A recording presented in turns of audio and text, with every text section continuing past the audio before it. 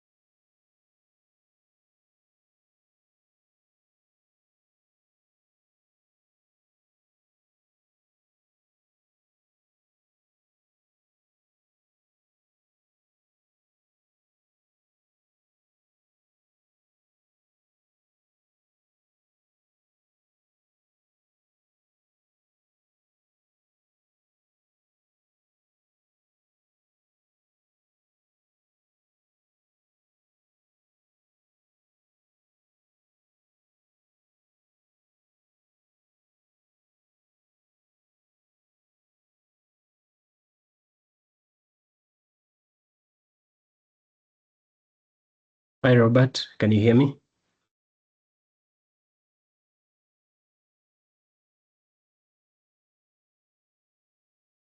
Yes, I can hear you.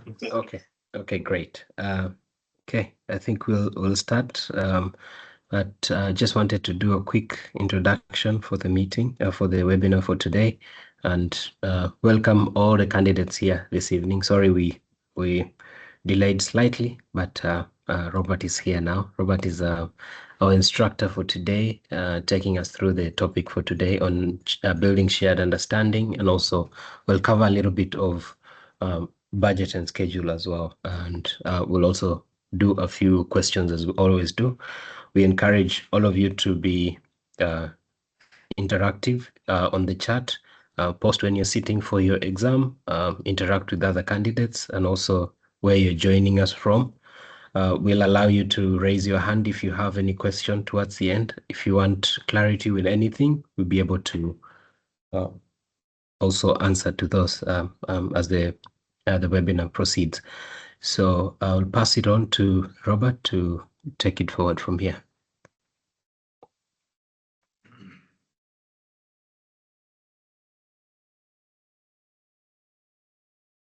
Thank you very much. Thank you very much, Nelson. I'm trying to bring out my slides. So my name is Robert Unazi, and I'm an ATP. I hope you can see my screen. Just want to get confirmation if you can hear me, and also look at my screen. Yes, both. Visible. Thank you very much. Yes.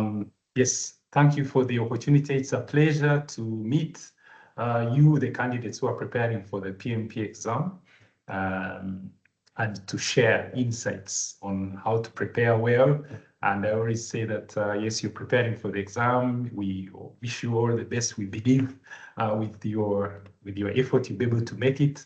But on top of getting the certificate, we really train you, or we, share our insights and support you so that you can eventually become good project managers who hold the certificate, but also deliver projects. Okay, so we'll be looking at 3 tasks.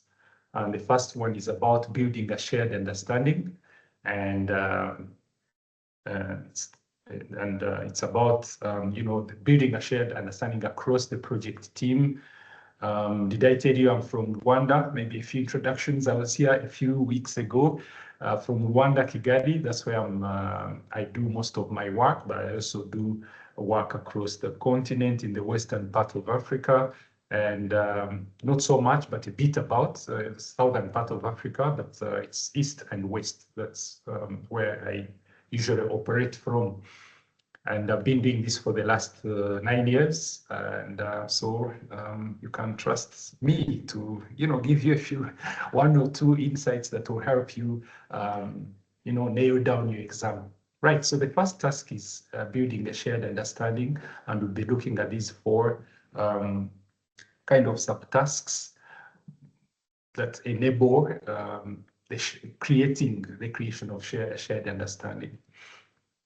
Breaking down the situation to identify root causes whenever it's an issue, whenever we're trying to address a problem, or we're trying to define what needs to be done. We always benefit from people who know how to use the tools that lead us to the root cause. Next, we survey the necessary parties to reach consensus in terms of what sort of communication tools should we be using. We don't impose it on them. We have conversations with them. We can send out a questionnaire, a survey, etc., so that we know how to communicate, when to communicate, something like that. Okay.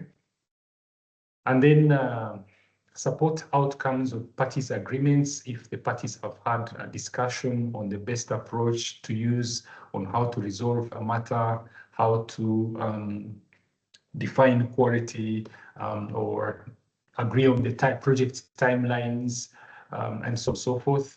Such agreements are supported because if they are coming out of a discussion amongst the stakeholders, then it's something that, of course, we are keen to support. Then, if there are any instances of misunderstandings or something that may lead to misunderstandings, that's something that would proactively, or as a matter of urgency, identify and be able to address. So I want to start with a quick introduction of this task. So here, when we talk about building a shared understanding, it's about aligning our thoughts, aligning our approach, having the same understanding of what the project is about. Maybe it's the objectives of the project, it's the vision of the project, what the expectations are, etc. So when we are about to get the project off the ground, this is something that we make an effort to have done. Okay. And then, of course, how do you achieve that? It is through communications. And this communication could be through documents that we share with the rest of the team or with the stakeholders. And these documents contain information about the project. And the objective is to ensure that those recipients of the documents, or call them artifacts, get to understand what the project is about, how it's going to be done, maybe high-level milestones, high-level budgets, what their roles are, and so on and so forth. So we use that to ensure that there's an understanding, the same understanding across the board. And why is that very important? Bullet point number 3, it helps us minimize misunderstandings, potential conflicts, or even, not getting the work done right. Okay. That may lead to rework. Maybe somebody didn't understand exactly what we were trying to say, and because of that, they got it wrong, and we have to repeat the process. Okay. Then the way I've broken it down, I want us to approach it in a very, very structured way. So building a shared understanding, we've just seen what it is. Next, we see which tools, which techniques, which documents do we use to achieve that, okay? So that it's all clear. You can map it out. So project managers use different techniques, use different tools to achieve a shared understanding, okay? So I picked, for example, for the predictive, the waterfall projects, we use artifacts such as the project charter. So you have a project charter that brings out the vision or the purpose of the project, brings out the objectives, okay, that we want to achieve, then the high level scope, so that we know exactly if it's a water supply project, it's going to impact which communities, which area, okay? We want to know, we want to make it so clear so that we manage the stakeholder expectations, okay? And if it's, for example, a system upgrade that we want to do, which parts of the systems are we focusing on? That's very important. It could also be a vision statement that clearly articulates the purpose of the intervention or the project or the initiative, so that it's very clear, okay? And then you could also use a statement of work. This could be picked from either an MOU, and a letter of intent, a contract, something that was agreed upon prior to the initiation of the project, which we use to communicate exactly what the project is about. And once we share it with the key stakeholders, and it's very clear, then we achieve a shared understanding. So those are artifacts that are used in the predictive mode. In the Agile, when we're using the Agile or adaptive, the common ones are the product vision. Okay, you have this models about the purpose or the value, the solution that we're trying to put in place, that we're trying to create, and that communicates the value proposition. Why are we doing this project? Okay, and then from there we can also use the product backlog. Okay, the prioritized to-do list of things that we need to do. The feature could be the features of a solution that we'll be focusing on in a prioritized way. That's a product backlog. Now, if that's looked at by the relevant stakeholders, to be able to have a common understanding of what it is that we are focusing on, what is it that we are prioritizing, and of course, that's very important for you to know if you're going to have the stakeholders aligned. Now, at a lower level, you could also use user stories and epics that capture the customer requirements, customer needs, customer expectations. And that way, you are able to have an understanding of what it is that we're trying to create, which functionality we're trying to put in place. Now, I'll move away from the artifacts, the documents that we use, and say, okay, so then what are the techniques? You can use documents, but you can also use certain techniques. And this could come in form of meetings. So you have, for example, a kickoff meeting. On most projects, you have 1 or 2 kickoff meetings, and the intention really is to prepare well, have the information that you want to relay to project in a kickoff meeting, so that those who are in attendance get to understand what the project is about. So what is it that we want to communicate? We include it in our agenda for the kickoff meeting. We want to show to our stakeholders what the project is about, what it's about and what it's not about. Okay, so we're very clear on kind of defining the scope so that the stakeholders know what to expect.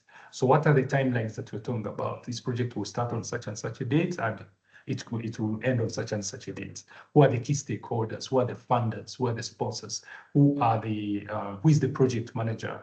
Who are the key people who are on the project team, etc. So in our kickoff meeting, we make sure we have an agenda that reflects that information that we want to put across, so that those who are in attendance have a common understanding, a shared understanding of what the project is about.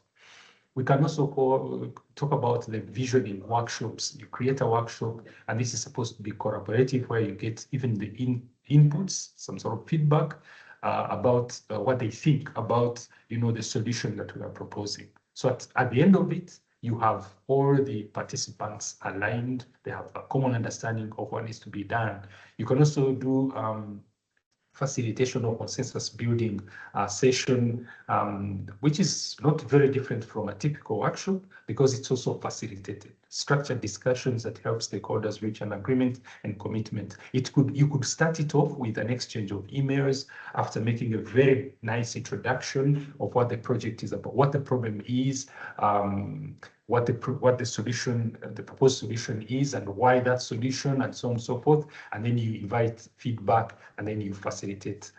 You end it with a facilitated kind of session where you have a common understanding.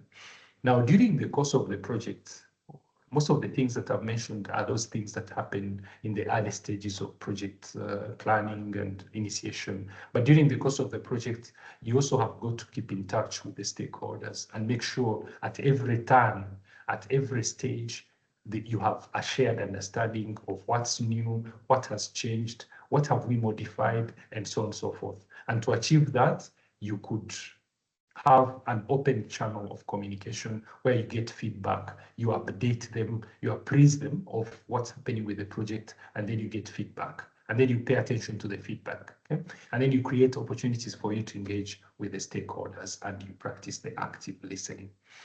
Now, talking about specifically the Agile approach, would be talking about the frequency of meetings. We know with the Agile approach, for example, if you're talking about the sprint-based approach, you have Scrum, you have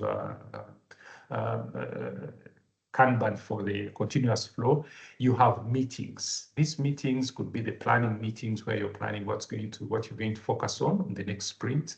And in such meetings, you have a shared understanding of what it is that we're going to embark on the sprint, what will be the sprint goal, roles and responsibilities. You're able to come up with an agreement on how much effort you estimate the effort that is required to complete the features for the sprint, and this consensus. So it's a collaborative and consensus building meeting. Sprint planning. How about daily stand-ups? The same. It's a collaborative meeting, and you are updating each other on how you're getting on. And if there is anything that's an issue, everybody gets to know. So in other words, with the Agile, everybody knows what everybody else is doing. That's at least that's what's intended.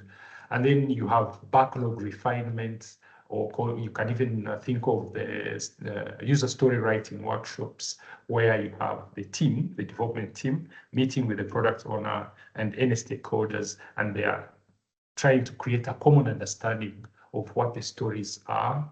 And then they can even split the stories, they refine the backlog, you can estimate the story points for the user stories, and you do it as it's a collective effort, and which, of course, on top of creating ownership and buy-in, it's also another way of creating a common understanding. We can also refer to the product box exercise, which is also common with the Agile approach, where you have some sort of collaborative effort where the team defines the features that were expected, and it's a kind of a collaborative game, and you have features written on each side of the box, and it's presented. So if you're facilitating a session, everybody who gets out of that meeting at the end of the day knows which features and things that they could see, touch, turn the box, look at the other features, look at these features, and ask questions, and make sure the features that you have will create value, and the value which you're aware of. We could also talk about XP metaphors. XP metaphor, if we just pick the word metaphor, it's a way of representing an otherwise complex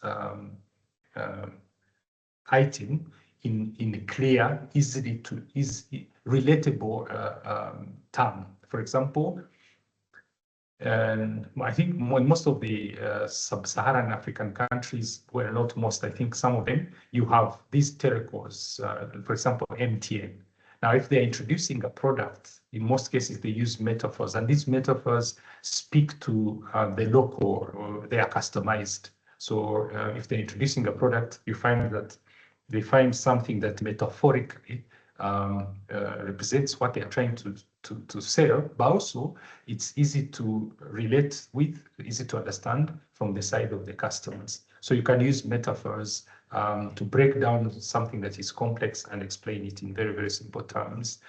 I also experienced this firsthand while I was reviewing a project. One of the things that I did in my career was, working for a bank for about 7 years, and I was leading projects that were bank funded, and one of them was an agricultural project, and these people were introducing new varieties of crops, and they had to find names that the local people, the farmers, could relate with. So they would use metaphors to bring it to the level of understanding of the end user. So you can also use metaphors to create a shared understanding. So in extreme programming, this is very common. They can use things like, we are landing a plane, or the plane is on fire. We're talking about a project, for example, that we have to complete with very aggressive timelines. And so the plane is on fire, and we have to land these people safely. Okay, so it means that we have to that's the mindset. We can even create a visual, and we put it in our workspace, so that everybody is reminded every morning that we have something that we have got to address. You can go on. There are so many. So metaphors are used very often in trying to simplify otherwise complex things. So those are the tools, techniques for building a shared understanding. Okay, so the whole process could be summarized this way. What's your intention? You're trying to align stakeholders and the team on the vision, so that everybody knows the vision, the objectives of the project, what value you're trying to deliver, and you manage the expectations. So it's about alignment and communication. You use agreements, and then the purpose is to be clear, to have clarity, and minimize conflicts or disagreements, and of course, which results into better performance. Okay. The next task was about planning and managing budget and resources. Okay, we'll have some questions that are on these tasks, because there are just 3 at the end. Now, of course, on any project, once the scope has been clearly defined, normally we break down the scope into smaller components, which we call the work packages, okay, for ease of planning, management, and control. And so the entire scope of the project is subdivided into, or decomposed into work packages. And each of the work packages is decomposed further to have activities. So you have on a work package, the number of activities that need to be performed. And for each activity, you would need to assign resources, and these resources come at a cost. Okay? So let's say this is a hotel construction project, and one of the work packages is to install a central air conditioning system. Okay, a central AC system in the conference rooms, in the lobby, in the rooms, and it's a central AC system for the hotel. Let's say it's a 5-star hotel. And now the work package, the work package is the AC. The entire project, of course, is for the hotel. So for that work package, we want to break it down into activities. How are we going to have this AC installed? And we'll be looking at things like, reviewing or validating the design and the specifications and the capacity, etc. And then also, the next thing might be also maybe doing ordering or doing procurement, and then of course start the installation, delivery, and then start installation, and then afterwards you have testing and then commissioning. So those are activities, and on each one of those activities you need resources. Those activities require time, so you are able to estimate the budget of the entire project by first subdividing the scope of the work into manageable components, called the work packages, and for each work package, you decompose further, get to the activities, sit down with a team, determine the resources that are needed for each activity, and then determine the costs for those resources. That's the process of budgeting. On top of that, maybe the other one could be after getting the costs, the estimated costs for the resources that you need for the activity, the next would be to say, okay, what could happen? In other words, don't we need to build in buffers just in case we don't get these items at these costs? Okay, maybe the prices are fluctuating for reasons that are beyond our control, for factors that are beyond our control. Maybe this could be maybe the price of oil, could be the inflation in the country, etc. And then, of course, that results into reserves. Okay, so you have the actual activity costs, you add on the reserves, and we, as you must have read in your, as we are doing the course, the reserves come in two forms. You have got the contingency reserves for known risks that you can actually highlight. Okay, inflation, which leads to price fluctuations, maybe inflation in a given jurisdiction in a country, or could be maybe due to some factor like oil prices. Could be also due to maybe scarcity of certain resources. Okay, and then you also have another type of reserve, which is the management reserves, and we say these reserves are reserves that are due to factors that you cannot foresee. They are out of the ordinary. Okay. And these are normally set by, cannot be estimated, they are set by the organizational policies. And they might say for our IT projects in our bank, we normally allow a buffer, which is like the management reserve of say 10%. Okay. And this is out of the experience, or it's the general practice that we have. That's the management reserve. And these reserves are used whenever something that we could not foresee happens before our project. Okay, so those are the two types of reserves. The last thing that you do when you're building your project budget is to ensure, consult with your finance people, the budget managers, and share the budget requirements for the project with them and have some sort of agreement. In other words, and ensure that they are in agreement that those budget requirements will be met. Normally, when you have a budget, it's not just the total amount, but it's how much we need, for example, every month, okay, or every quarter. And that kind of cash flow planning is shared with the budget managers, who will review it and either agree or say, please adjust. You'll not be able to get so much in this quarter, but actually you get more in the next quarter. So we call that the time phase budget.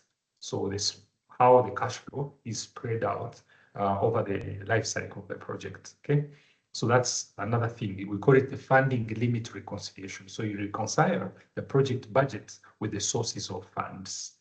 And then, of course, you start thinking of the things that could affect your budget. This could be maybe changes in, as we said, changes in external economic factors, could be changes in regulations or legislation, could be maybe things that could happen. And if they were to happen, of course, you would not be able to use the resources that you plan to use, and you have to switch to alternative sources of alternative resources, and so on and so forth.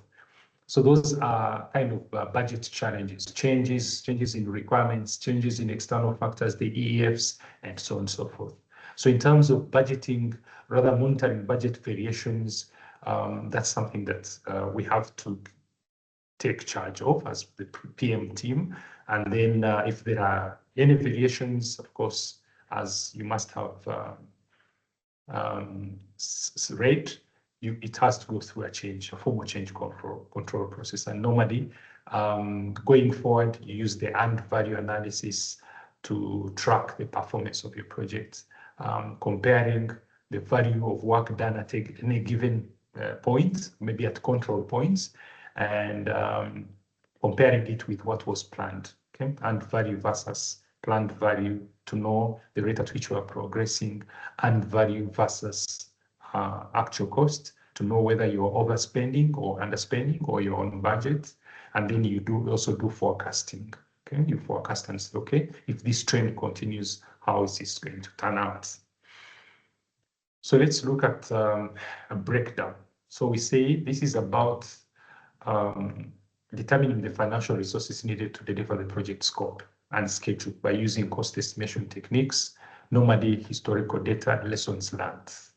Okay, so when we're estimating, in most cases, we rely on how, the past experience. It could be from ourselves, or maybe you have somebody who has performed a similar project before and who is willing to, share insights, maybe a subject matter expert, maybe these are finance people, maybe we're getting this document from the project management office, which will give us a sense of how much it cost, certain items, certain activities cost on a similar previous project, right? So regarding that's typically for the predictive. Regarding the agile approach, the estimating is like on a continuous basis. We because it's adaptive, we keep on adjusting and modifying the scope and modifying the requirements. Then the planning is of course high level, but then we keep on adjusting as we go. So it's a continuous process. Estimating the budgetary needs. A few things that we need to remember. One is that in the early stages of project planning, you do not have accurate information about the project parameters, and because the planning is in the early stages. Now, even the activities that will be involved, that will be performed, the resources that you need in terms of types and quantities and characteristics, how many people shall we need? Maybe 5. What will be there? What are their roles? What sort of skills are we looking for? How about the experience? And of course, that translates into how much you're going to pay to have each one of those on board. Are we going to use a rented office, and how much are the rental costs? Are we going to procure some equipment for our staff? So all those things are not clear understood in the early stages. But does it mean that we should not have an estimate? We'll always have an indicative estimate at the beginning. And it's based on historical data or lessons learned from previous projects. And we call that, if you go to bullet number 3, we call that the rough order of magnitude, ROM. These are high-level estimates that are normally that are used at the concept stage. For example, if we're doing a feasibility study, it's in the early stages, we don't have the details, so we rely on how much similar activities cost on previous projects. And then as we go through the planning stage, get more detailed information, then we have much more accurate cost estimates. So meaning that in terms of cost estimating, we go on refining our estimates, and they keep getting much more accurate as time goes by, as more planning is done, as more details, more information is discovered during the planning stage, so that we get to know how much in terms of labor we're going to pay for an activity, the materials, equipment, etc. Until we get to a point where we say we have a definitive estimate, which is now the estimate that we normally capture when we are using the bottom-up estimating. Otherwise, we normally start off with analogous estimating technique, which is a high-level rough order of magnitude, and then we move on to the parametric estimate, which is normally a historical rate that is being applied on the parameters of the current project, which is simply an improvement on the analogous. And then we can also use the 3-point estimating technique. I'm sure you read this in your materials, and the 3-point is really is useful when you're dealing with a project that involves a lot of uncertainty, where you want to capture the best case, worst case scenario. If, for example, material prices increase suddenly, what would the situation look like? Now, if they instead do not increase, and maybe some of the prices go down, and what's the best case scenario? Okay, so you have the worst case, best case, and then you have one which is in the middle, which is the normal situation, okay, most likely. And then if you remember from your readings, with the 3-point estimating technique, you have two options. You can either go for the simple mean, where you add the worst case estimate, best case estimate, and the most likely, and divide by 3.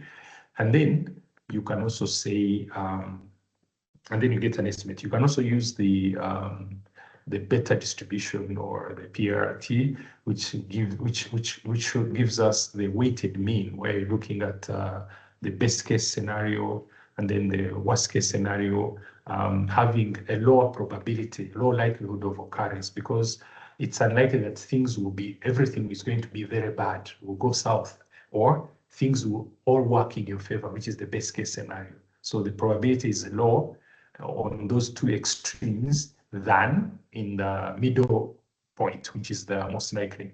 So when they are assigning weights, you have a higher weight for the most likely estimate and a lower weight on the worst case and best case scenarios, and then you divide by 6. So you have the most likely, rather the optimistic, plus 4 times most likely, plus pessimistic, and then divide by 6.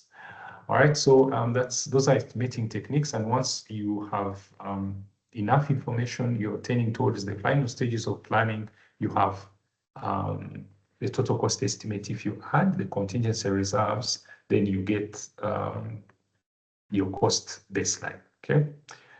It's the actual activity cost, it's the activity cost estimates plus the contingency reserves. And that can be looked at as the cost baseline. Then you have the management reserves coming later. Now, during the course of the project, you anticipate potential challenges that could affect the budget. As I said earlier on, this could be new requirements, new risks for which we have to really make a provision for. Could be inflation, okay? These are factors that you have no control over. And therefore, the moment there are signs that, we are likely to have inflation or the trends are pointing in that direction, then we have to really consider that. Resource cost variations, procurement changes in the contracts due to factors maybe relating to the supplier conditions and so on and so forth. All those are potential factors that could affect our budget. How do we deal with them? Some will have been anticipated, especially if there are these factors that normally occur, and you have made a provision for them under the contingency reserves. If you're using the hybrid budgeting, then you have to be flexible. Okay, then you also align with the funding limits, cash flow constraints. I already talked about that. The outcome would be a proactive financial planning and risk readiness. That's what every project manager wants to have. Then you have a method of monitoring budget variations as the project progresses, and any changes are taken through a formal change control process. So you're monitoring the actual costs versus, the baseline, the planned. Okay, you track performance. How much are we spending versus what was planned?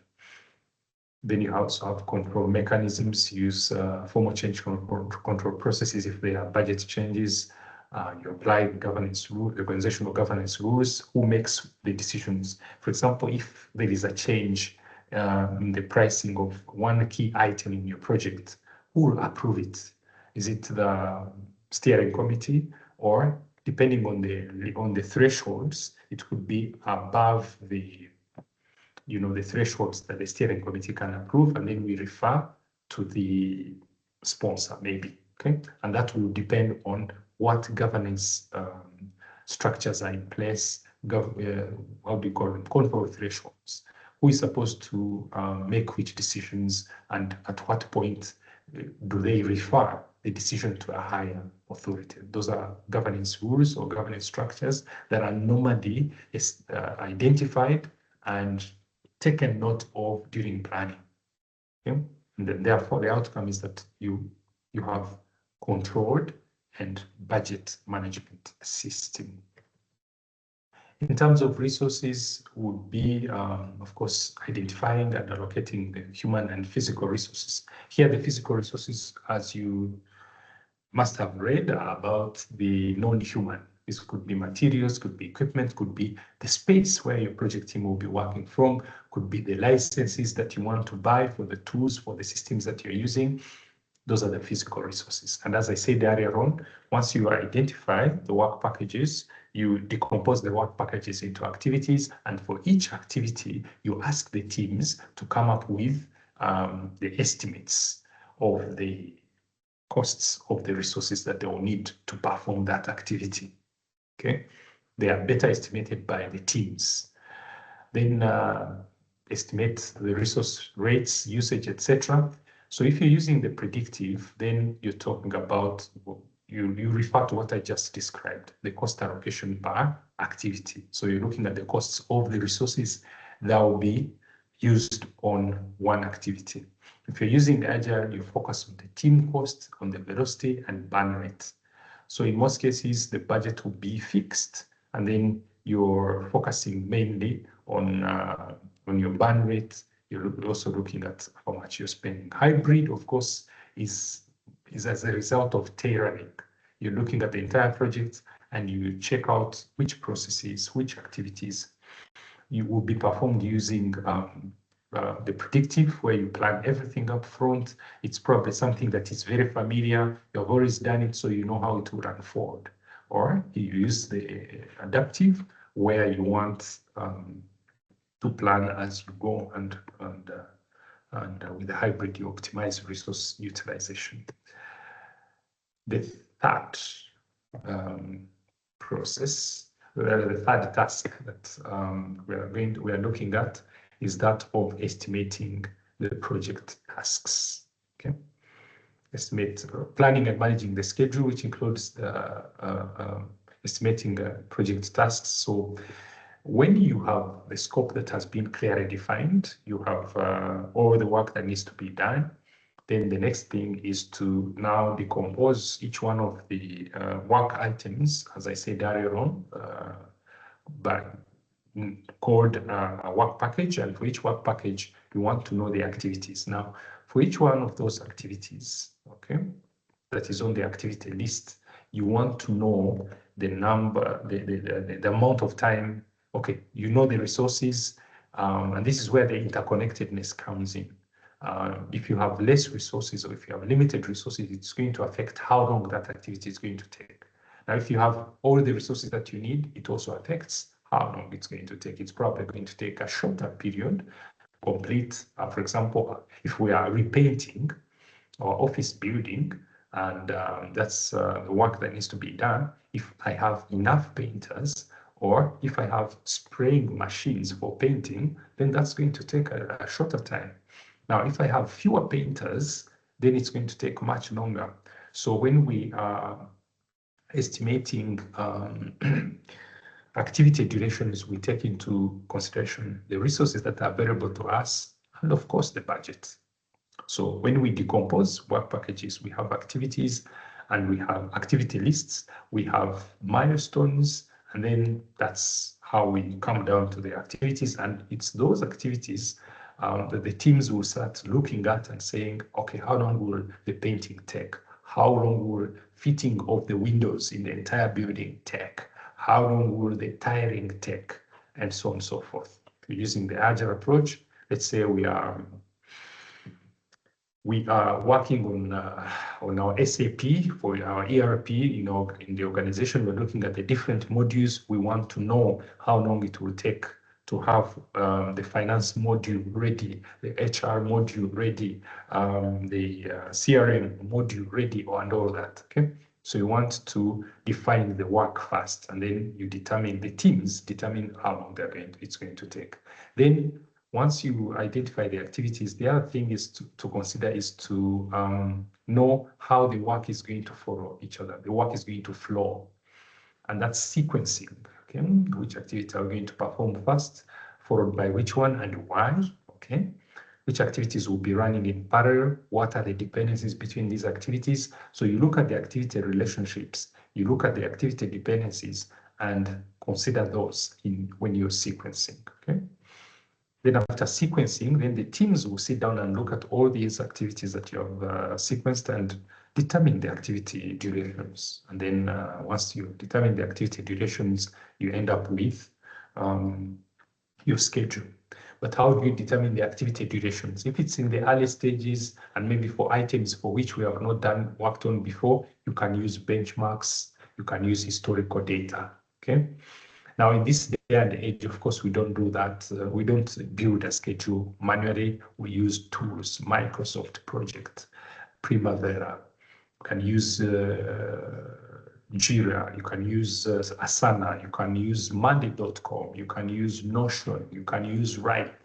So we are not short of systems that we can use in building schedules. It depends on what the organization prefers to use or what maybe most of the team members are much more familiar with, what we prefer. It could also depend on the nature of the project. For complex projects, you'd want a very versatile system to use.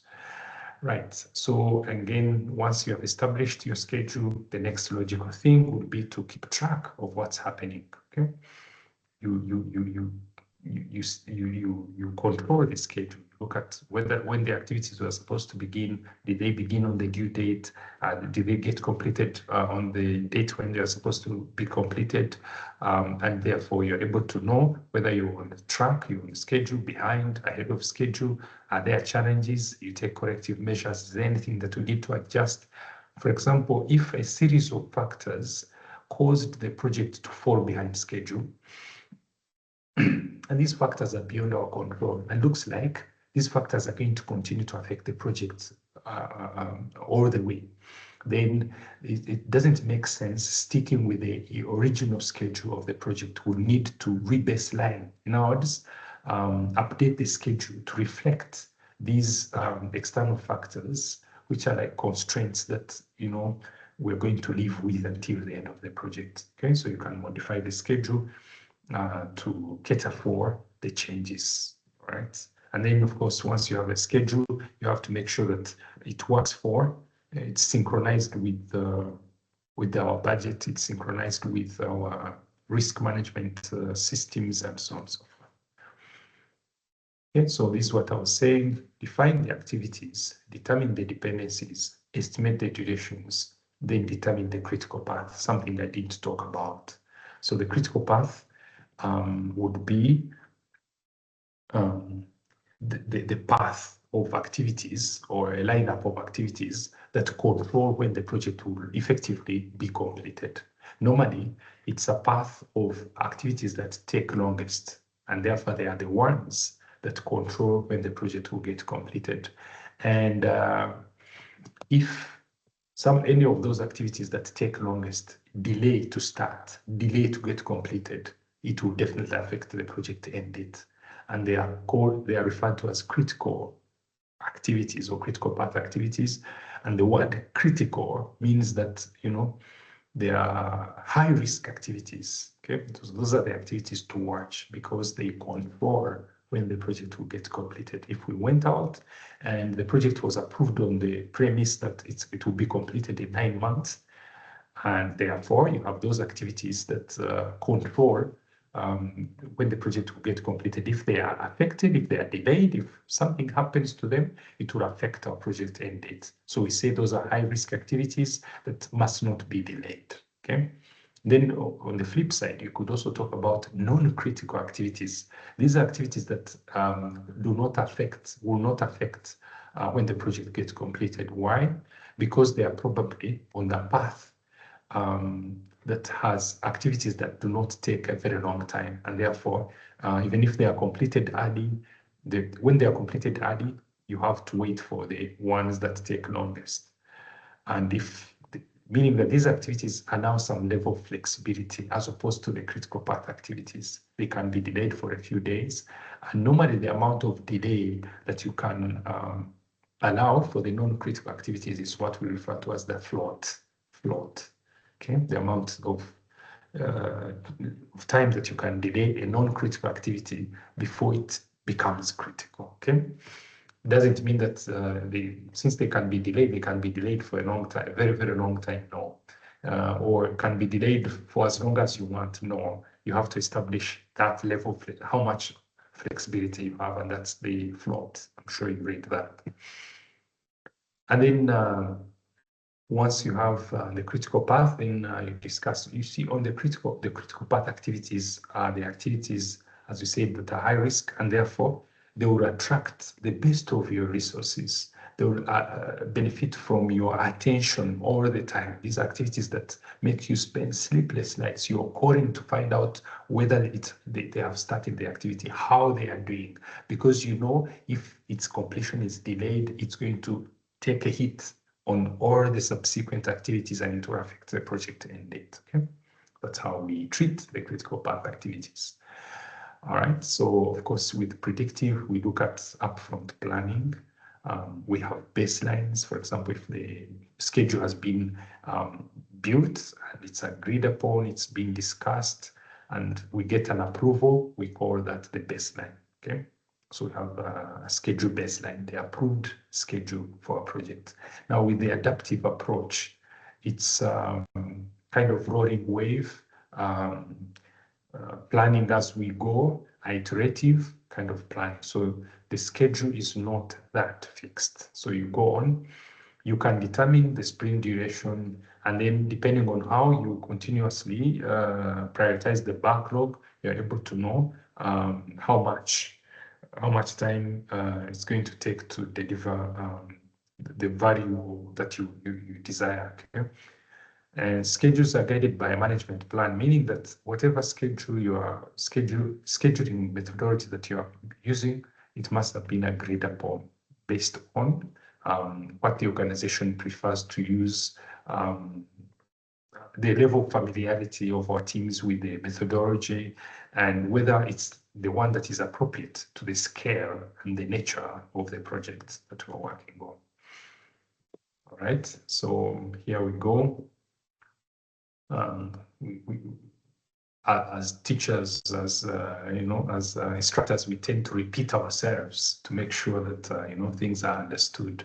So we start off estimating project tasks, key actions, break into activities, identify milestones, determine dependencies, and establish precedents. That way, you are able to determine to have activity lists which have been sequenced. Estimating durations uses the estimating techniques that we mentioned earlier.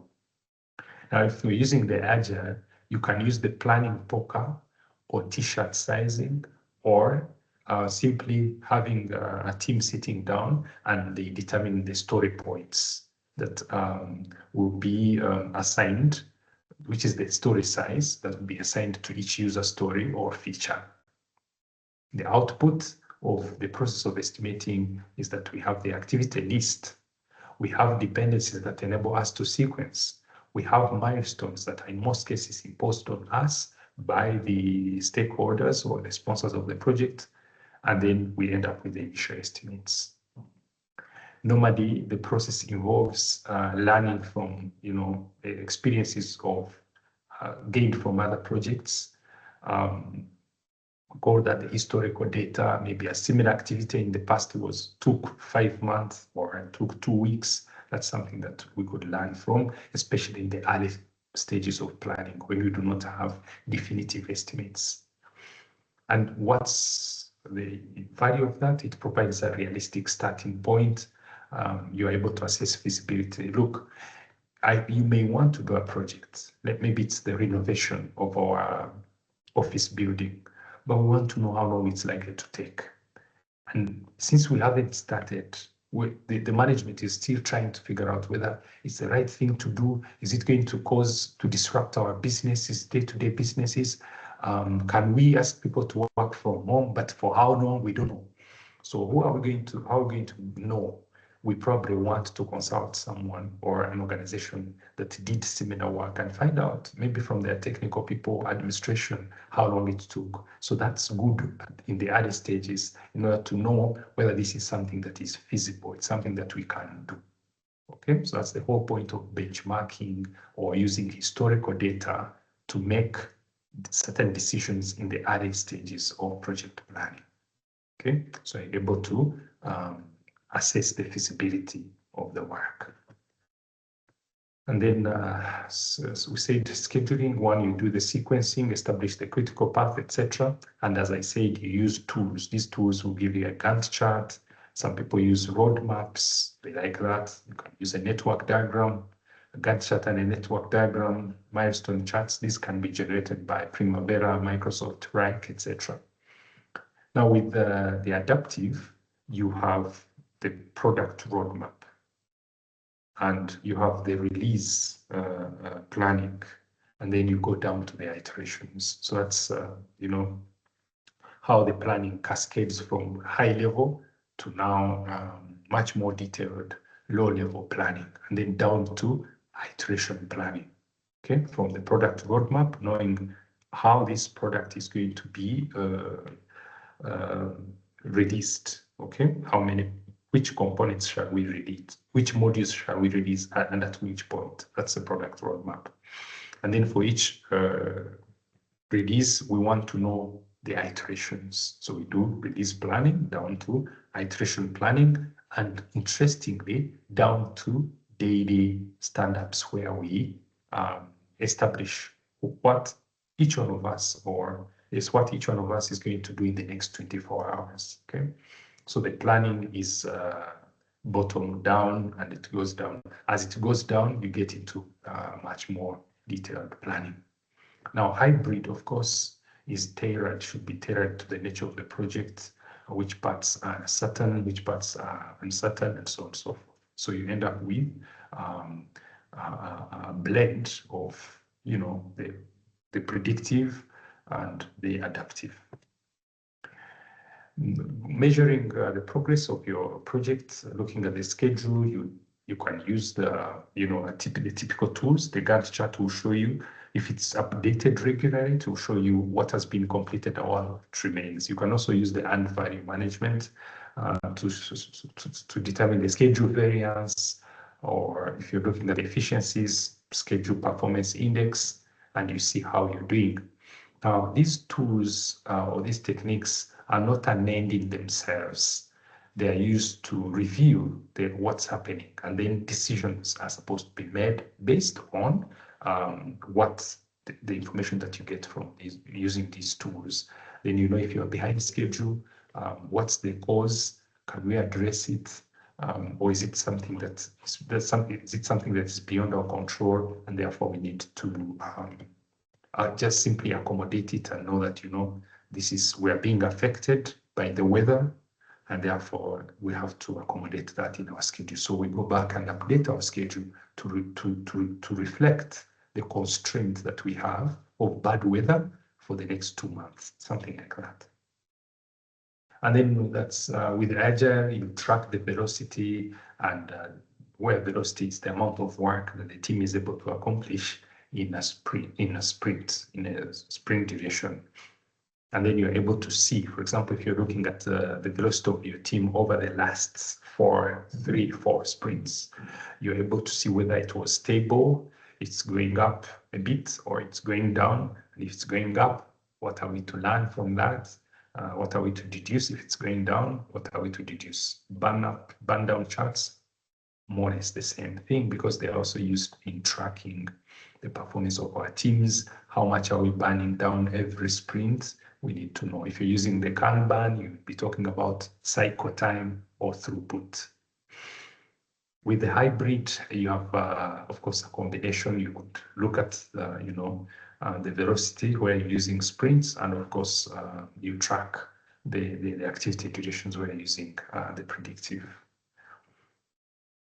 Now, as a result, as I said, as a result of what you get from the measurement, you make decisions. If you're falling behind schedule, you may want to, first of all, find the reasons why, and then do something about it. Maybe the delays are due to the procurement process. Maybe they are due to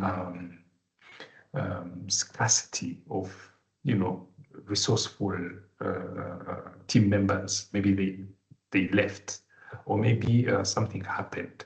So we want to know, and then based on our knowledge of the root cause, we decide to take corrective action. Now, the actions that might be taken are those that get us back on track. Could be fast tracking, could be crashing. Where fast tracking, we're looking at identifying activities that can be forced to run in parallel. Okay, and once that is used, it could also help us gain time, gain the lost time. We could also think of crashing, where we add resources. If fast tracking is not giving us the results, then and we really have got to be aggressive and regain the lost time, we may make a recommendation that we add resources, increase the team size, okay, or use technologies or outsource some of the work, and then where there is nothing that we can do, we rebaseline, because the change, maybe the delays are due to factors that are beyond our control. With Agile, the backlog is continuously being reprioritized, so that we work on the most valuable items as a matter of priority. Okay. Right, the last one is making sure that we are integrating the performance of our projects, the timelines and all that, with all the other operations. It's the integration part. You see, the integration, those who develop products, they take products, you're talking about the involvement of the reason why you have the involvement of the DevOps. They understand what the development process, how the development process is evolving, but then you're also seeing at what point do we need to integrate whatever has been developed. I want to remind you about something that we normally discuss in the fundamentals of project management, and this is about the differences or the relationship between projects and operations. We normally say that the two are different, of course, but deficiencies in the processes will lead to the initiation of projects. Okay, if the project is defective, it's not functioning well, you initiate a project to fix an operational problem. Now, once this project has been initiated and you come up with a solution, okay, to address an operational problem, then you have a solution that is going to be integrated now into the operation, so that you fix the problem. So those have got to be taken into consideration, and the project manager needs to coordinate. For example, if we have to go live at such and such a date, okay, then what we need to prepare for that. We need to prepare everyone, we need to prepare the stakeholders, so that we minimize disruptions. That's one. Two, we beat the deadlines. For example, if we have this product that has got to be launched on the market, if we have this system that we have to, where we have to go live on such and such dates, we want to be sure we are doing that. So, and everything else, everything is in place. You also remember when we were defining the scope and specifically correcting requirements, one set of requirements that we normally have to remember to pick are the readiness and transition requirements. Now, that's at a point of intersection between the project work and operations. So you want to make sure that where we're going to deliver this product, people are ready. The infrastructure is there, the system, and whoever else, the stakeholders that are going to be affected are being prepared, okay? And even our teams are ready. So that's very important. Now, of course, we can talk about many things. One, we can talk about the project closure process, that the deliverables have been checked, they have been accepted, and so on and so forth. So we have some, and they meet the acceptance criteria.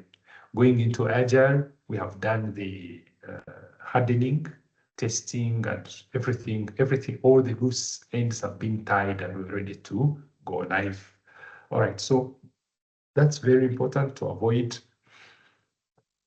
delays, resistance to change, and of course, ensure that there is enterprise level alignment, so that everything is now moving smoothly. We are transitioning from the project work to now operations.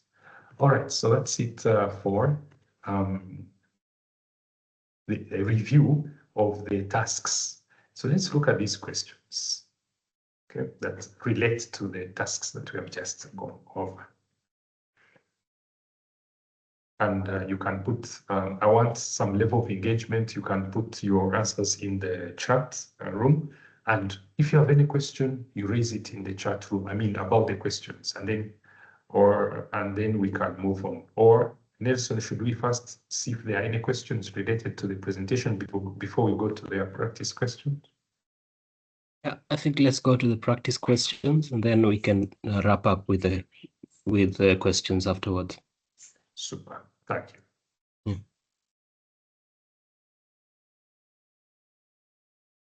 So a project manager identifies the critical path and notices that the non-critical path is only 1 day shorter.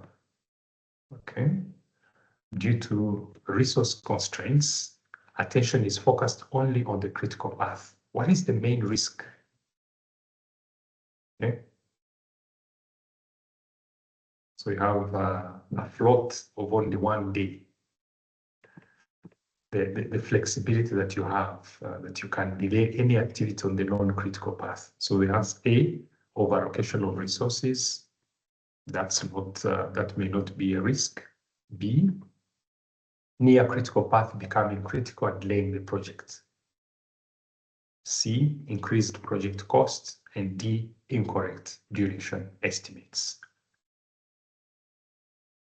Okay. So clearly the answer is, I'm going to facilitate this. Clearly the answer is B, because the difference between the critical path and non-critical path is only 1 day. That's a huge risk. It's like we have 2 critical paths. The difference is 1 day, and that's not a big deal, okay? We can't relax when we have a difference of 1 day. So the explanation here is that near critical path can easily become critical if delayed, focusing only on the critical path. The trap is the tending to think that we should only focus on the critical path, okay?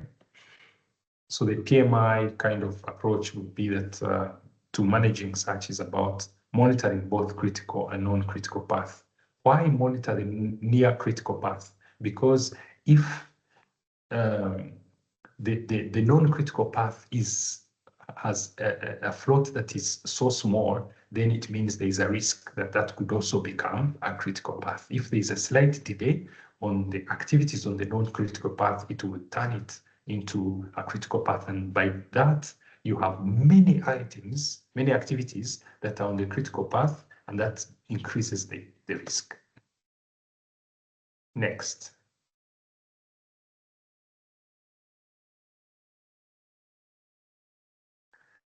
A project uses a predictive schedule with a fixed baseline midway. Stakeholders request frequent reprioritization of tasks, similar to agile practices. What should the project manager do first? A, allow reprioritization to satisfy stakeholders. B, reject changes to protect the baselines. C, evaluate the change requests through formal change control. D, switch immediately to agile.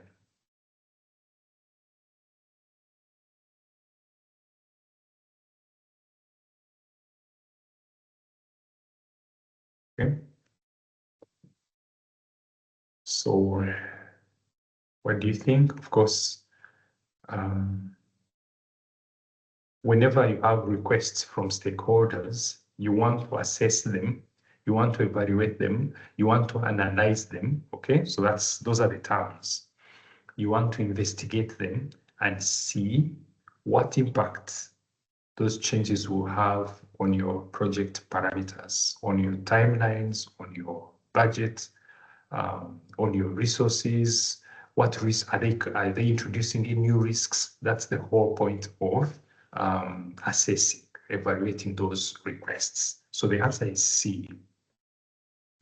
Okay, so of course, I'm sure you read this. In predictive environments, changes must follow a change control process.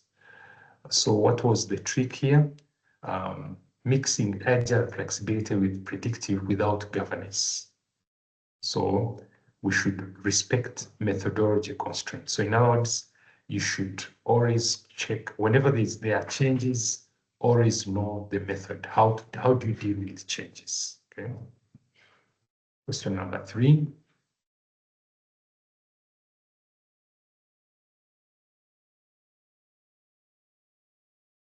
Project manager uses historical data from a previous project to estimate activity durations. However, the current project involves a new team with less experience. What is the best action?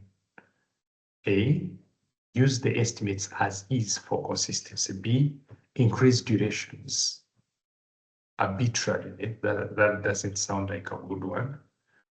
And even the first one. C, adjust estimates considering team capability and validate assumptions. D, ignore historical data completely. Now, here I have to remind you that estimating activity durations is part of planning. And of course, we know that project planning gives us the how-tos of getting the project done. But although the planning is approved, the planning should have the plans, the project planning documents of the project plans should have a level of flexibility that allows adjustment in case factors that affect the project vary along the way. Okay, or if we discover something that was not considered while we were planning. So it's good to plan, but the plans should allow a level of flexibility to accommodate factors that were not considered or assumptions that have factors that were not considered during planning or assumptions that have changed. Okay, so the answer then would be C.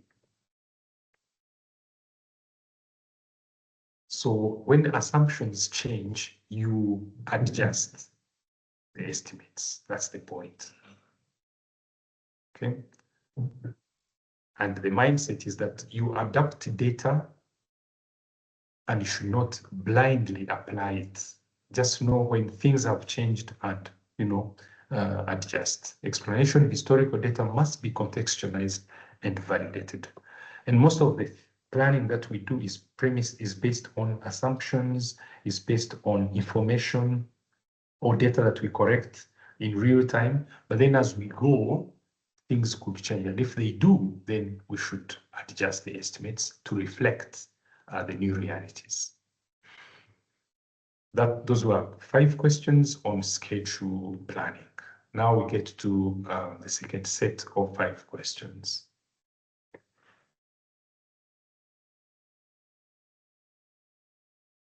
A project manager is creating an agenda and presentation materials for a kickoff meeting that will involve stakeholders across the globe. How can the project manager facilitate and optimize stakeholder engagement? A, create slides for the kickoff meeting to address stakeholder involvement.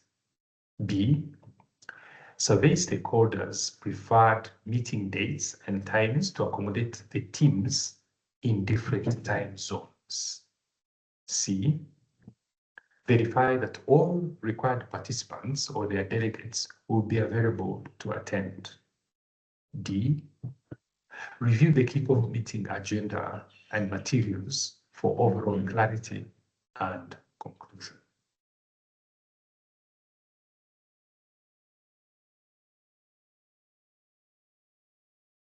So when you have a diverse group of stakeholders, like in this case, says the kickoff meeting will involve stakeholders from across the globe, then you have to be sensitive to, the best way to reach out to them, the best way to for them to get involved. How do we make it work for that kind of diverse team, and who are different from different parts of the world? Of course, if they are from across the globe, it means the time differences are going to be a strong factor here. And here we're referring to the time zones, and if they are in Asia, if they are in the Western Hemisphere, if they are in the the southern hemisphere, the time zones are going to be different. So you want to take that into consideration. So the answer will be B. You don't want to proceed without, getting to understand the best time to hold the meetings and whether you're going to have synchronous meetings at all, or they're going to be asynchronous. Synchronous meaning that the meetings run in real time, everybody attends, and we are running one meeting in real time and people are participating. Asynchronous means that maybe because of time zones, we are in sub-Saharan Africa. Maybe the time differences from the east to the west is maybe 2-3 hours. But then now you have people from Peru, okay? Yeah, people from Peru joining the team. Then you're going to have to run the meeting, record the meeting, and then share it with them so that when they are up in the morning, they can follow the proceedings of the meeting, give their views. So the meetings are not happening in real time. That's what we call asynchronous. So B is the right answer. Assuming a particular solution does not empower the team, surveying stakeholders to determine preferred meeting dates and times demonstrates respect for team members' circumstances, such as different time zones, and promotes inclusive participation. This behavior reflects the PMI principle of creating a collaborative project team environment.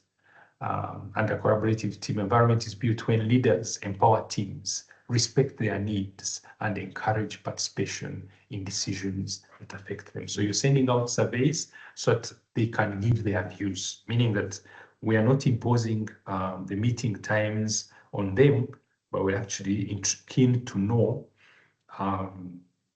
when they are available. So we want them to, share. We want them to participate in the decisions that will affect them. Okay. Next.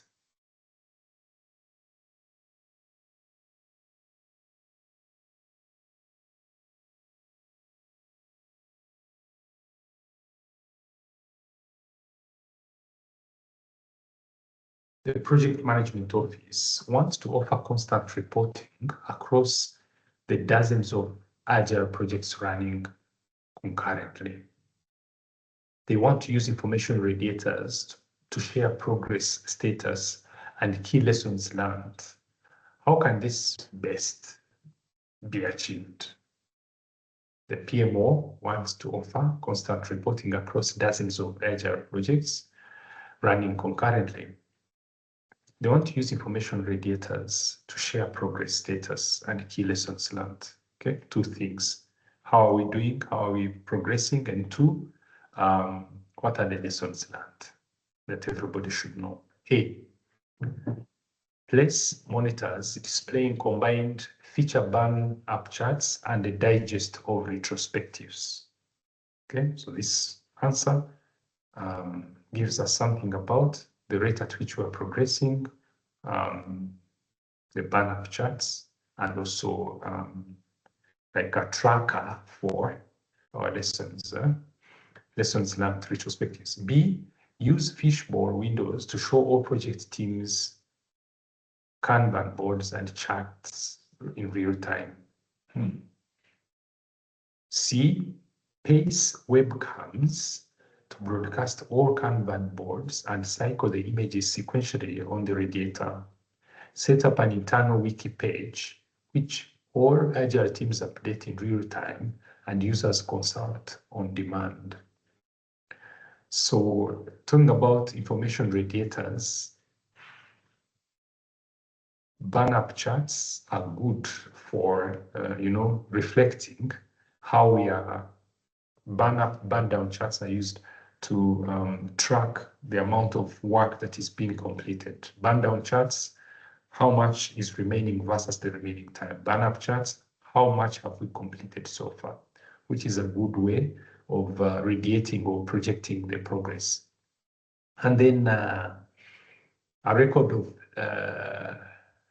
retrospectives, that's like a report of the retrospectives. And in the retrospectives, we have things that we found were doing well, things that we found we needed to improve, and those that we selected that we should act on as a matter of priority? So the answer would be A here. Let's look at the explanation, which brings out useful insights.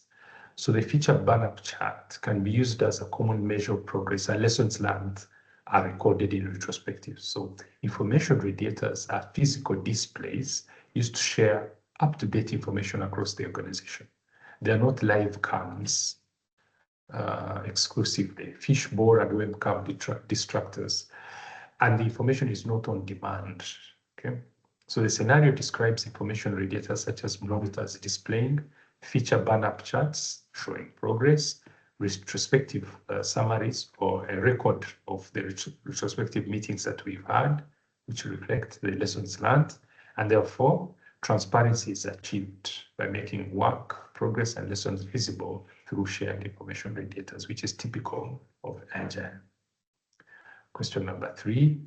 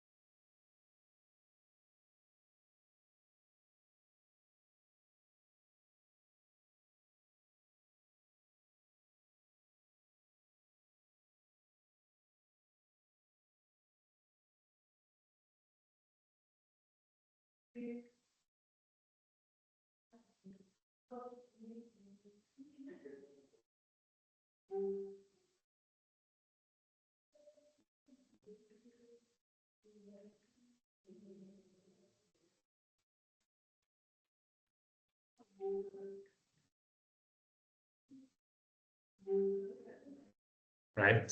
A pharmaceutical project is developing a new drug. The regulatory team believes the development team is documenting all clinical trial deviations, while the development team assumes only major deviations need documentation. Months later, an audit identifies incomplete records, delaying approval. What is the primary cause of this failure?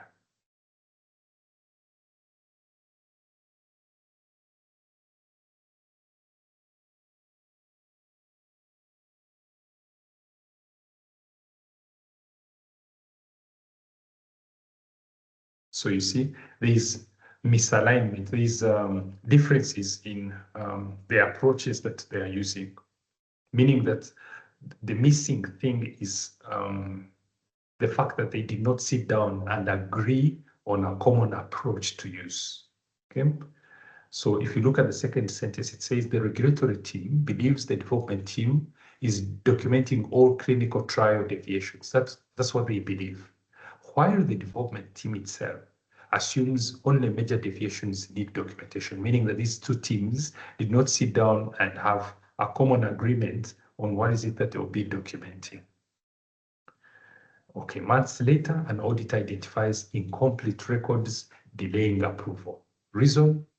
There was no opportunity for the two teams, the development team and the regulator to agree on what is it that they will be documenting as a way of tracking the compliance of our project. So the answer definitely is B, a lack of shared understanding of compliance expectations among stakeholders.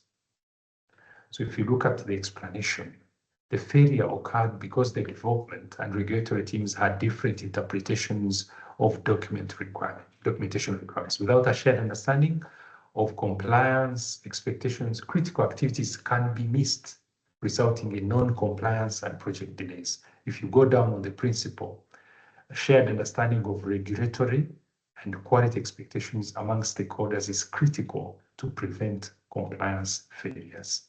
Okay. Next.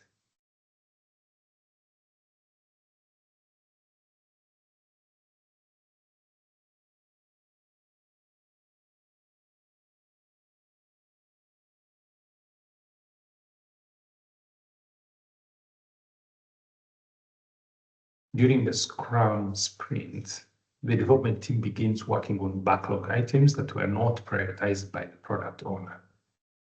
That's getting off board, okay? Midway through the sprint, the product owner reviews the work and insists that the team pivot to higher priority items. The team complains that they were unclear on the product owner's priorities. What is the most likely root cause of this problem?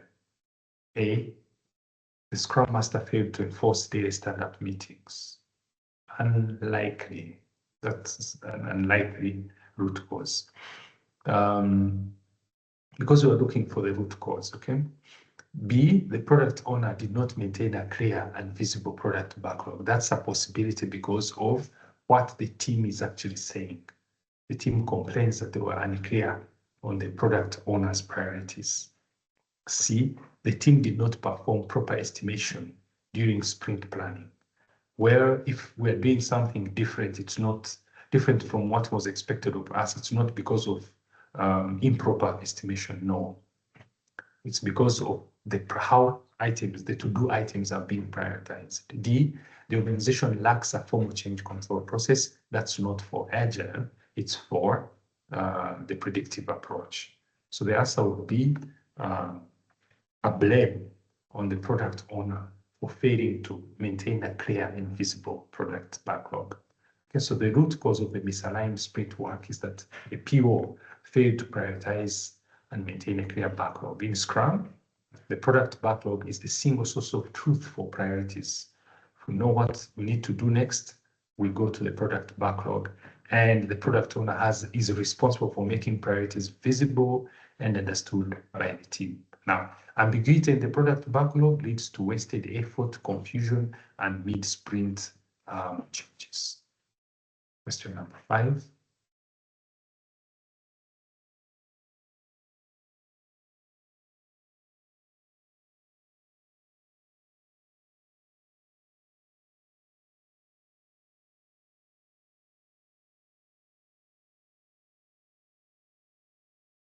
A project manager is visiting a software supplier's office. Some of the sites are surprising, meaning what they see. 2 people per workstation. Estimations based on a deck of cards. Developers forcing their tests to fail. And routines with names such as traffic cop and ringleader. What could explain these practices? A, the servant leader has granted the team a bit too much freedom. No, that doesn't seem to be explaining what is being observed. B, the supplier has adopted extreme programming methods. Okay, so in extreme programming, that's where you find pair programming, and typically in Agile, you have estimations based on, numbers on cards, which reflect the sizes of the stories, and of course, testing that is more frequent, and then you also have other terms. Okay, let's read the answer number C. The supplier appears to be conducting gaming training sessions. How about that? D, the project manager happened to visit during a team building exercise. So the answer is definitely B, because what we're seeing signs of extreme programming, beginning with the first one, the pair programming. Okay, so let's look at this. This question is meant to actually bring out typical Agile practices, but now specifically the extreme programming practice.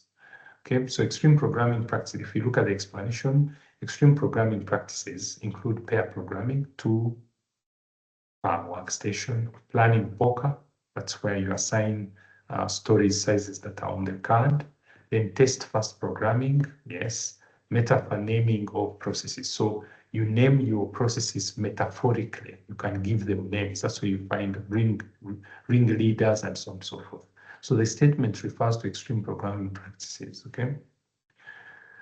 So many XP practices, especially pair programming and test-first development, are specifically designed to embed quality. So we don't just do pair programming. We want somebody to review the code while their colleague is writing. So you write code while it's being reviewed in real time. So you have two people working on the same workstation.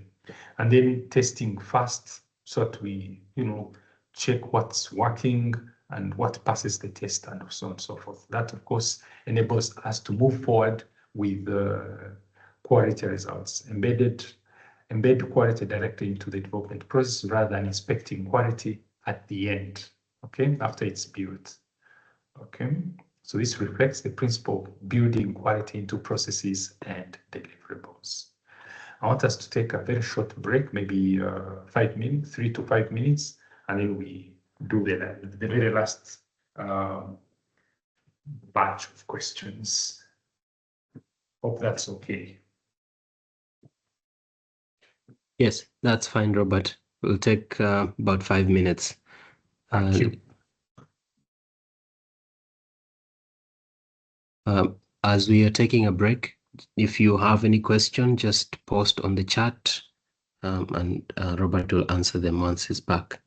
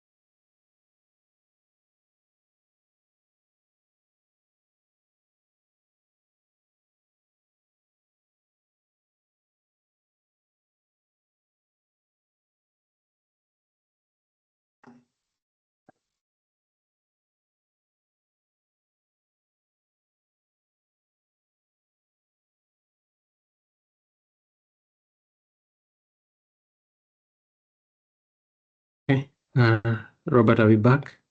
Yes. Okay, we do have a question on the chat from Samuel. Okay. Samuel is asking if you can shed more light on the difference between a burn up and a burn down chart and a Kanban board. I mean, the three. Okay. That's one. We have another one, but I think let's handle that first. Okay. Let me note it down.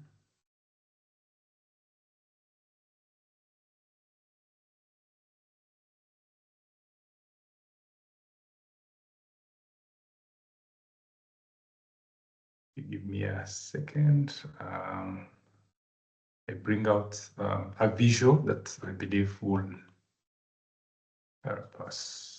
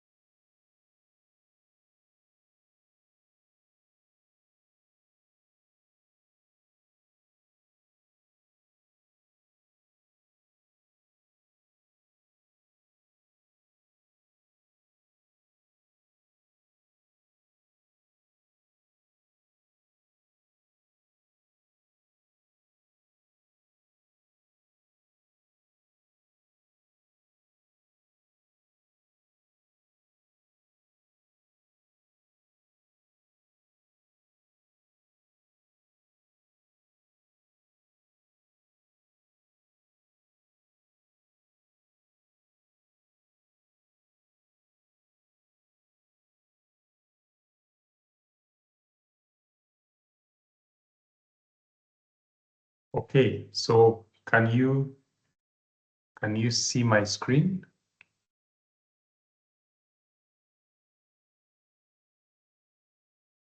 Hello, are you able to see my screen? Yes. Okay, right.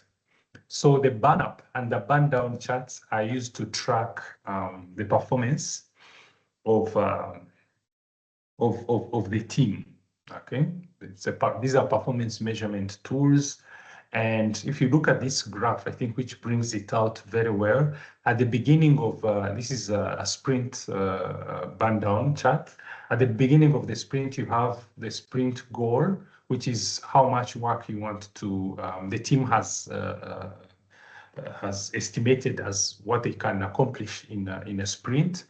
And as days go by, when they start working, of course, the amount of work that they set out to do keeps on reducing. Every other day, if they continue working, let's say this is a 10-day, this is a 2-week sprint, 5 working days per week, and they are 10. So each day that passes, because they are busy working, they are burning down. In other words, they are reducing the amount of work that is remaining. So in other words, on a burn down chart, you're able to track how quickly, how fast, or maybe how fast the team is completing the to-do items, or if the chart kind of becomes less steep or even flattens, it means the team is not making much progress, or the progress has stopped. And so you're able to see the performance of the team by looking at the steepness of the downward graph. Now, that's one thing. The other thing is that at any given point, you are able to see how much work is remaining, how many story points are remaining versus how much time is remaining. Okay, so this is a burn down chart, a graphical representation of the remaining work. So you start off with 100 story points. You can see after day 2, you have burnt them down from 100 down to I think 80 something. Then at day 3, you're down to again maybe 83 or something like that.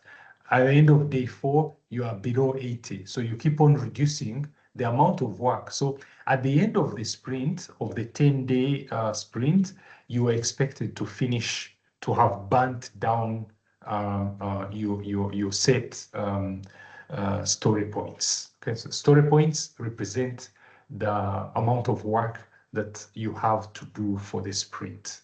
Okay, you could also have a burn-up chart, something like this burn-up chart, which tracks how much work has been completed versus the time. So you can see on the horizontal axis, you have the number of days. On the vertical axis, you have the amount of work. So you're moving from 0. Each day that passes, you do some work, and the story points keep on increasing cumulatively until you have completed the work or the sprint has come to an end.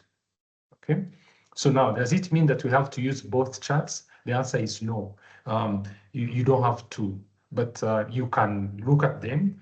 But a burn-down chart will help you understand, be able to see how much work is remaining versus the remaining time. Burn-up chart, how much have you completed at that point? Maybe it's after 4 days, it's about after 6 days, you're able to look at the vertical axis and see how many story points you have been able to turn into the done items.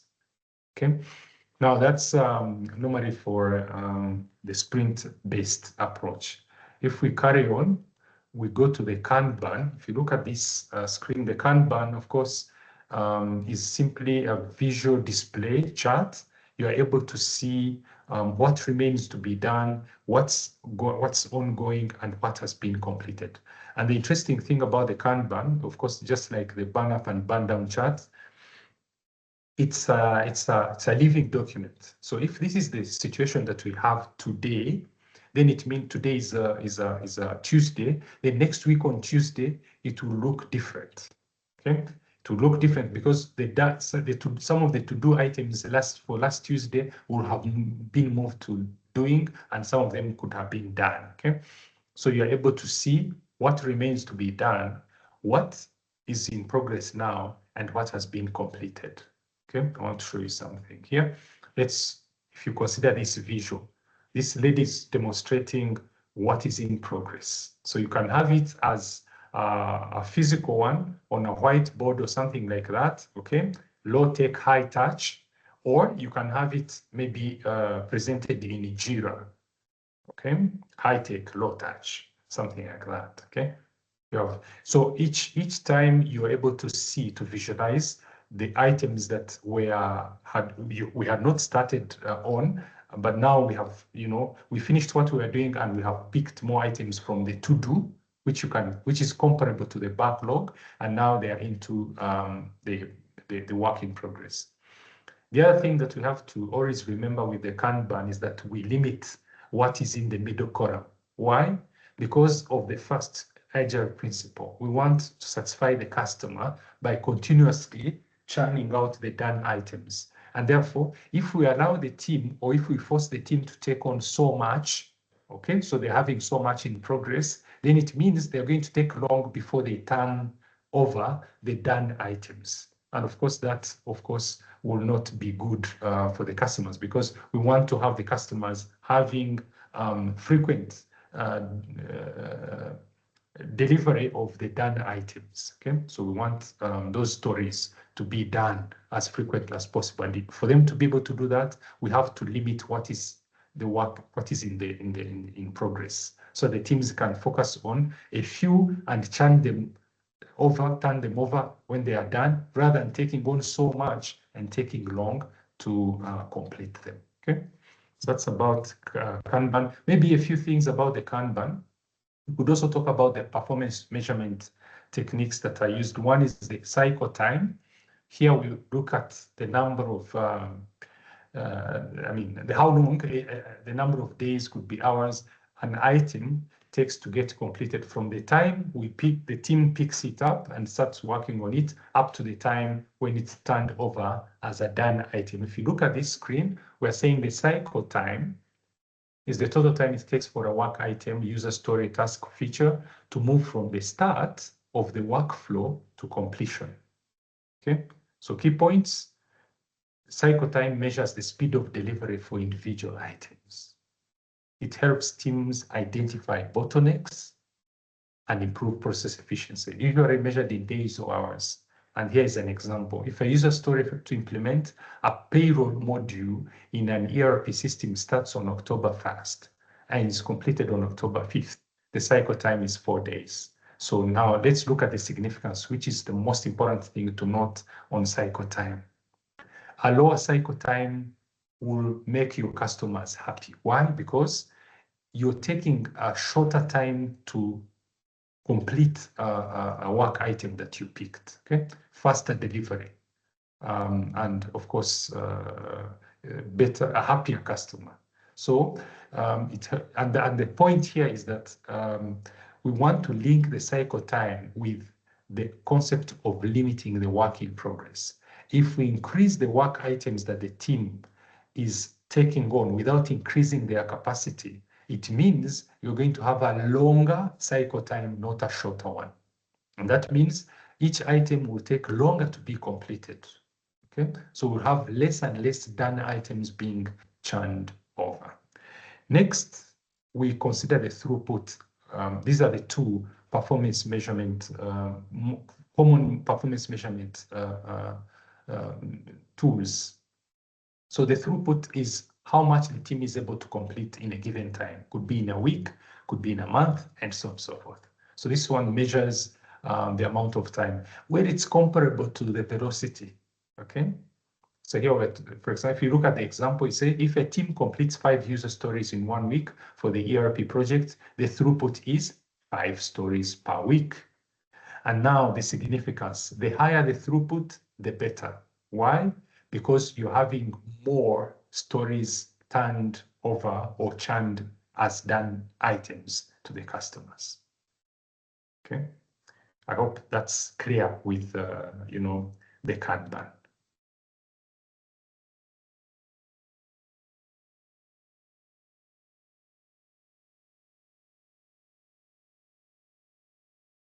Okay. All right.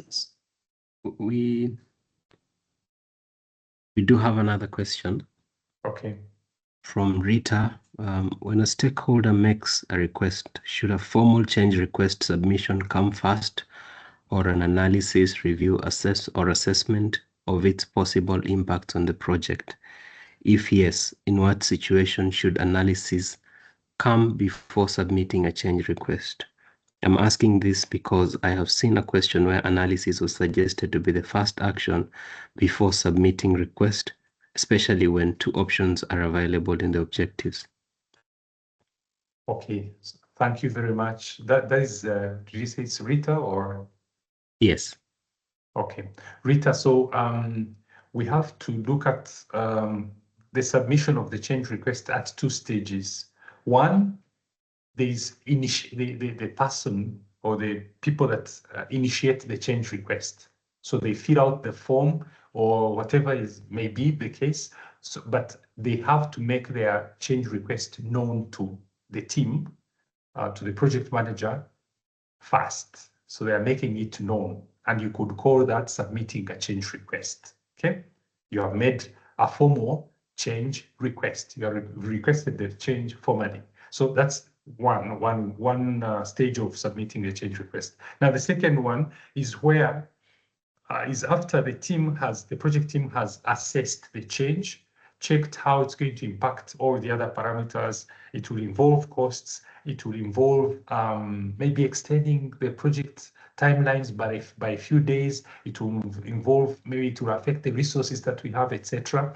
So having assessed the impact of the change on the other parameters of the project, then there's this submission of the change request together with a report on its impact. Where is it going? It's going to the CCB or some sort of steering committee or whoever has the responsibility. So when you say, in what circumstances do we have analysis done before a change request, then the question, one would reason and say, okay, so but how did they come? How did they start the analysis without somebody telling them or informing them that they are requesting for something? So I would say it's change is requested, it's assessed before it's submitted to the decision-making authority or level. Okay, so we have to read the question and pay attention to the details and know whether it's the initiation of the change request. If that's the case, then it comes before the analysis. Otherwise, how do you deploy your team to spend half a day or a few hours assessing the impact of the change when nobody requested for it? Okay, so that's the logic. So when you read the narrative, the scenario properly, you should be able to pick the words that either indicate that this is the initiation of a change request, or maybe the analysis has already been done and we are now forwarding it for decision making.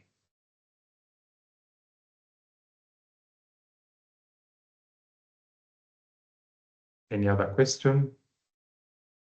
Okay. I'm just trying to check on the chat to see if there's anything else that we missed. I see there's a hand. Okay. Not sure if Mags Moore Group. Did you want to ask a question? Your hand is up.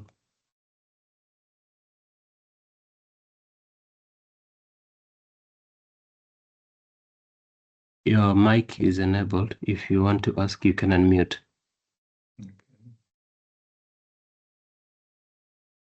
Okay. I do not see any other questions on the chat.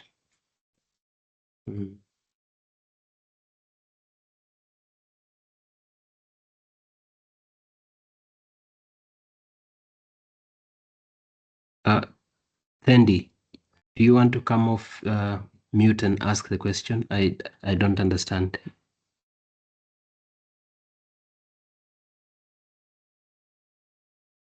If you can raise your hand, I'll unmute you so you can ask the question.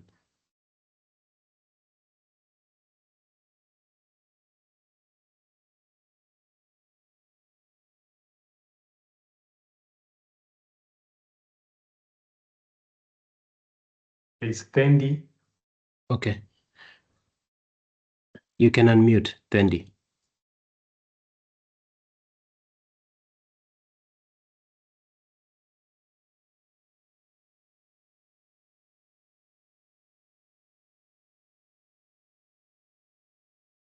Thendi, you can unmute. Your mic is activated. So figure that out. There's questions on the chat. Can you elaborate on fishbowl application? Does it fall under agile or predictive?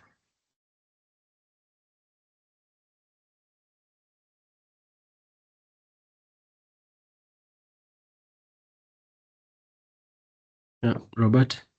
Yes.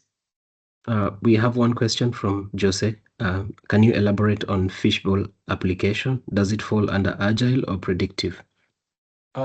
This actually could the fishbowl windows opened. For example, we may decide that we have on our project, we have 3 satellite sites, and on each site we have a team. So we have 3 teams working on the same project, and so we leave our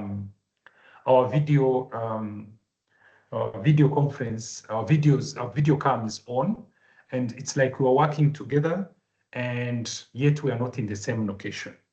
So it's a way of it's an always on video conferencing that is created to increase collaboration. So it doesn't mean that we have a meeting. No, Robert is here, Ruth is on the other side, Rita and the team are on the other side, and we actually chat as we carry on with the work. So it's a way of overcoming the constraints or the challenge of people who are working virtually, teams that are working in different locations. So it's very common with agile teams because we expect a high level of collaboration, but you can also use it, in any situation, even with predictive or not, even when you're not working on a project. You may decide to have, for example, I worked for a bank. We could have a session where we're doing something that we are all focusing on, and we turn on the webcams and we are seeing each other. Okay, you can ask questions, you can greet people, and you increase the level of collaboration and teamwork.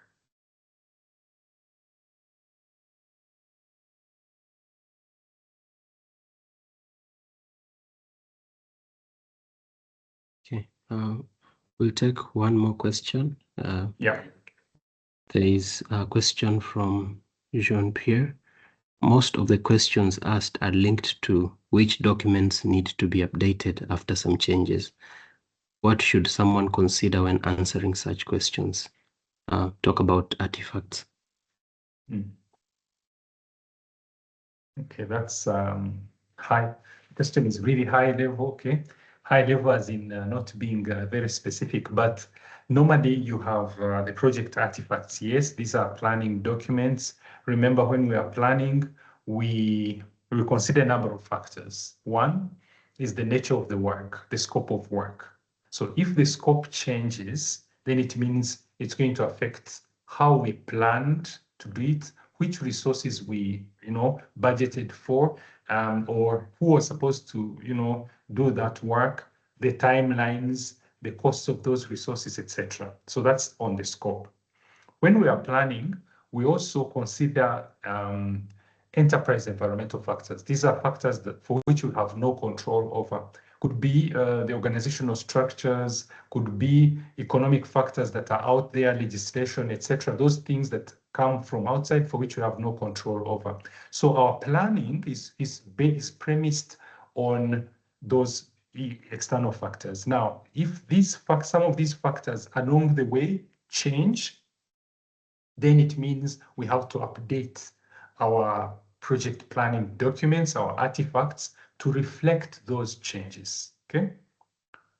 Next, for example, maybe before we move on to the next factor, for example, talking about the organizational structures. If we're working on a project and we did all the planning, the resources, the support, talk of the stakeholder engagement plan, the communications management plan, and all of a sudden, our bank has been acquired by another bank, or it has merged with another bank. Now, you have new stakeholders, you have to come up with a new communication plan. So you see, the documents have got to be updated because of those factors at the level of the organization that have changed. Now, you could also think of the organizational process assets, the processes, the procedures, the templates, etc. And some of these could be coming from the PMO, or could be maybe procurement processes and procedures, could be about recruitment processes, and so on and so forth. So when these change or they are updated, then definitely it's going to impact on our plans, because our plans are premised on some of those OPS, okay? So yes, if anything happens during the course of the project, we know that those things that will have changed were the basis of our planning, then we have to consider updating the project's artifacts. So that's how I would put it. For even risks, things could change, and we are much more exposed now, and so on and so forth. Maybe the security situation has changed, the weather has changed, and so on and so forth. So those definitely come to have a bearing on our project artifacts. I wanted to give that general answer to your general question. I wish it was very specific. Okay. All right. Thanks, Robert. I see we are over time. I wouldn't want to take more of your time. Been here for more than 2 hours now. So thank you so much for taking us through this session today. Feel free to just drop your details on the chat as well. So if anyone has a question, they can ask you directly, and they can reach out to you if they want to probably get help even in review sessions, even as they prepare as well. So you can share your LinkedIn, your number on the chat as well. That will be very helpful. So, but thank you so much for this session today, and for just volunteering and taking time for My this pleasure. Nelson, and thank you everybody for participating and for your patience. Yeah, thank you so much. To all the candidates, thank you so much for attending the session today. We will share the recording soon, and hopefully once we get the presentation as well from Robert, we'll share it as well. So thank you so much. Have a good evening and good night, wherever you are. I wish you all the best. The candidates who are preparing for the exam, have a good night. Thank you so much.